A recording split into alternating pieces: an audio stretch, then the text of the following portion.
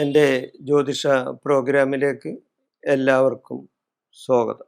അവിട്ടം, ചതയം, പൂരുരുട്ടാതി ഈ 3 നക്ഷത്രമാണ്. പഞ്ചാംഗവിധി പ്രകാരം വിഷുഫലമായിട്ട് മധ്യശൂലത്തിലാണ് വരുന്നത്. ഇവർക്ക് അത്ര ഗുണകരമല്ല വിഷുഫലം. ബന്ധുനാശം അതുണ്ടാകാം, സ്വജന വിരോധം ഉണ്ടാകാം.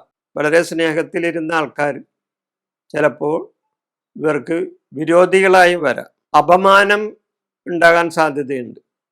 പല വിധത്തിലുള്ള അപമാനങ്ങൾ ഇവർക്ക് സഹിക്കേണ്ടതായിട്ട് വരും.